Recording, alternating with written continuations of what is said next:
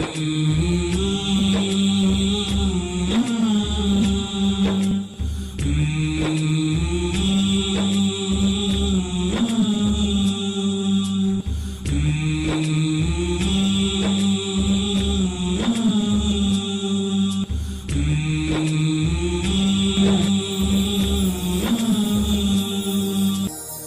اللہ الرحمن الرحیم۔ صحت و تندرستی کے پروگرام میں میں ہوں آپ کا میزبان محمد محسن عابدی۔ آج کے اس پروگرام میں ہم ایک ایسے ٹاپک پہ بات کریں گے جس مرض کا شکار ہونے کے بعد بے شمار لوگ اپنی زندگی کو نہ صرف ضائع کر بیٹھتے ہیں بلکہ اگر وہ زندہ رہتے بھی ہیں تو اس قدر ٹینشن اور ڈپریشن کا شکار ہو جاتے ہیں کہ وہ زندگی کے وہ لمحات جو اس دنیا میں گزارتے ہیں وہ بھی ان کے لیے انتہائی شدید تکلیف دہ ہوتے ہیں۔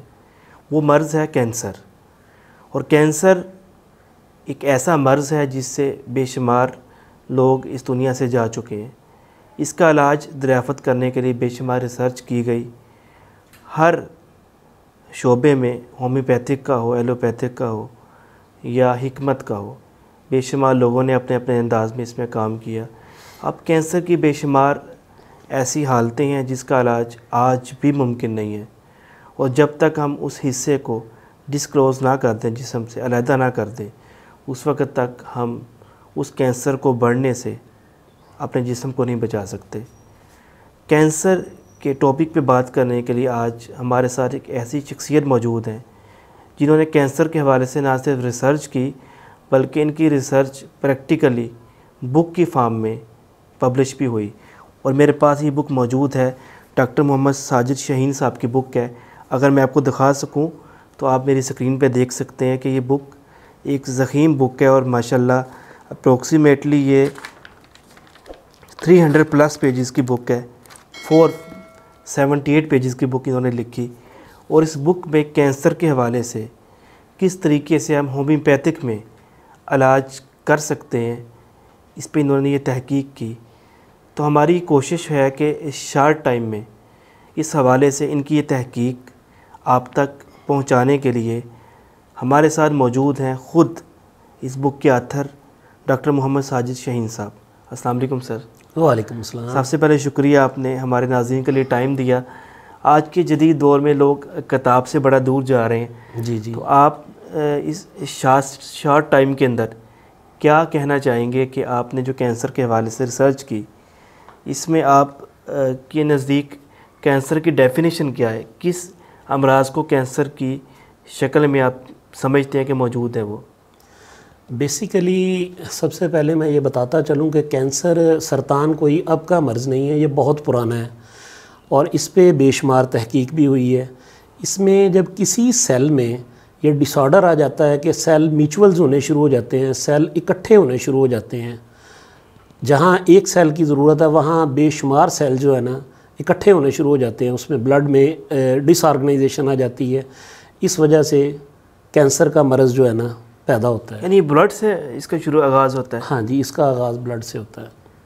تو آپ کیا کہنا چاہیں گے کینسر کے جو بے شمار آج اس کی فارمز موجود ہیں؟ جی جی، مطلب لیور کا کینسر علیحدہ ہے، جی جی، آپ کو بے شمار کینسر ہیں، اس میں کون سی ایسی امراض ہیں، ایسی اس کے اشکال ہیں جن کا علاج ممکن ہے اس ٹائم؟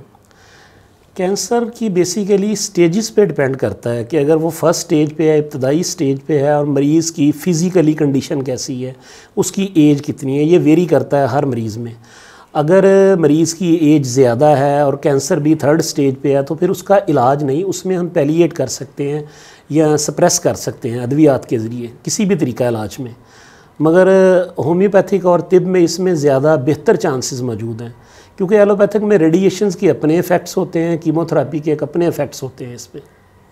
تو آپ کیا سمجھتے ہیں کہ ایک شخص جو کینسر کا شکار ہوتا ہے، جی جی، وہ ابتدائی طور پہ کس طرح پہلی سٹیج پہ اسے اندازہ ہو جائے کہ مجھے کینسر ہے، تاکہ وہ اگلی سٹیج پہ جانے سے پہلے اپنے معالج سے رابطہ کر لے؟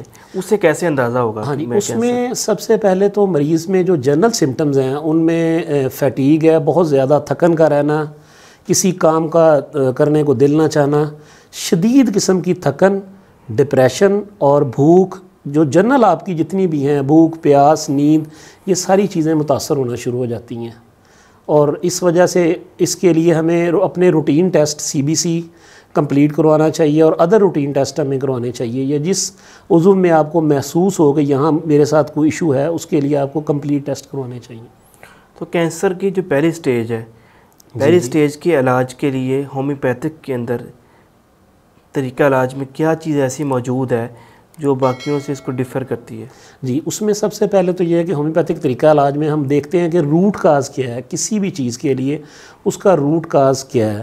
روٹ کاز کو لے کے پھر مریض کی انڈیویجول سمٹمز جو ہیں، جو باقی طریقہ علاج سے اسے ڈیفرنٹ کرتی ہیں، ہر مریض میں اپنی ایک انڈیویجول سمٹمز پائی جاتی ہیں، ان کو دیکھتے ہوئے مریض کی دعا، اسپیشلی اس کی ایک سنگل دعا منتخب ہوتی ہے، اور یہ ہر مریض میں علیحدہ ہے۔ یہ نہیں کہ کینسر کی کوئی، مثلا لیور کینسر ہے، لیور کینسر میں ہر پیشنٹ کی ایک دعا نہیں بنتی، اس کے مزاج، اس کی طبیعت کے لحاظ سے ادویات کا گروپ بھی اس میں علیحدہ سلیکٹ ہوتا ہے۔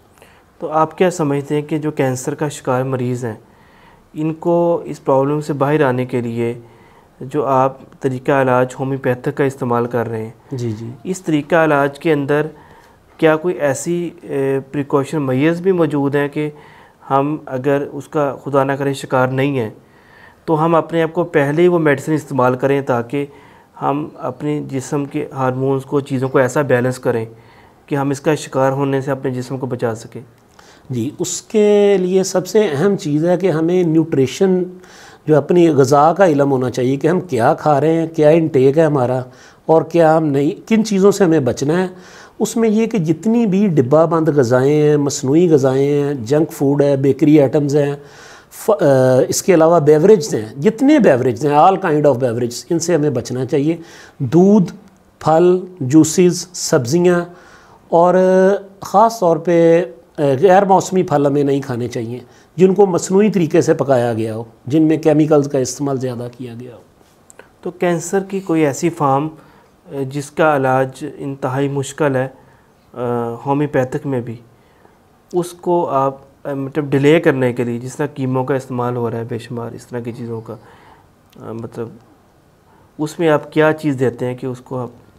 ہاں جی، اس میں سمجھتا ہوں کہ لنگس کینسر جو ہے نا، یہ سب سے مشکل ٹریٹ ہوتا ہے، کیونکہ جسم کا بڑا سینسٹیو پارٹ ہے۔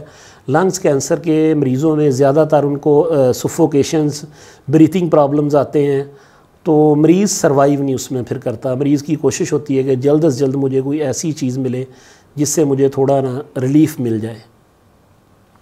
کینسر کے علاج میں بے شمار تحقیق موجود ہے، جی جی، اور اس میں شوکت خانم ہاسپٹل پاکستان میں بنایا گیا، اور اس کی بیسک وجہ بھی یہی تھی کہ کینسر کا علاج اس وقت ممکن نہیں تھا۔ جی جی، تو آپ کیا سمجھتے ہیں کہ جس طرح تحقیق بڑھتی چلی جا رہی ہے، کینسر میں بھی نئی مطلب چینجنگ آ رہی ہیں، تو آپ کیا سمجھتے ہیں کہ اس کا علاج وقت کے ساتھ ساتھ بالغذا پاسبل ہو سکتا ہے؟ جی بالکل، بالغذا سے ہمیں ہیلپنگ مل سکتی ہے علاج میں، مگر میں سمجھتا ہوں کہ شوکت خانم میں بہت اچھا علاج وہ لوگ کر رہے ہیں ایک پراپر طریقے سے۔